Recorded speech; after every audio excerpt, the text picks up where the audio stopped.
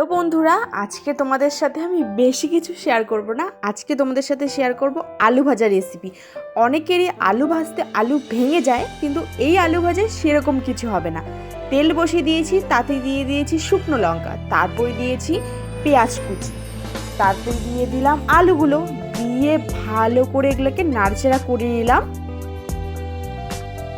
তারপরে দিয়ে দিলাম পরিমাণ মতন হলুদ, তারপরে দিয়ে দিলাম স্বাদ মতো নুন, দিয়ে ভালো করে আমি নেড়ে চেড়ে নিচ্ছি।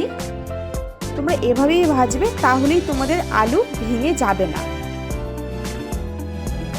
আর তোমরা কমেন্ট করে জানাবে আলু ভাজা খেতে কে কে ভালোবাসো। আমার তো খুবই ভালো লাগে খেতে। তো এই যে আমার একদমই আলু ভাজা রেডি হয়ে গেছে, দেখো একটুও কিন্তু ভাঙেনি। তো চলো একদম পরিবেশন করে নেই আলু ভাজাটা চটপট। তো একদম পরিবেশনের জন্য আমার রেডি হয়ে গেছে আলু ভাজা। তোমাদের কেমন লাগলো অবশ্যই কমেন্টে জানাতে ভুলবে না।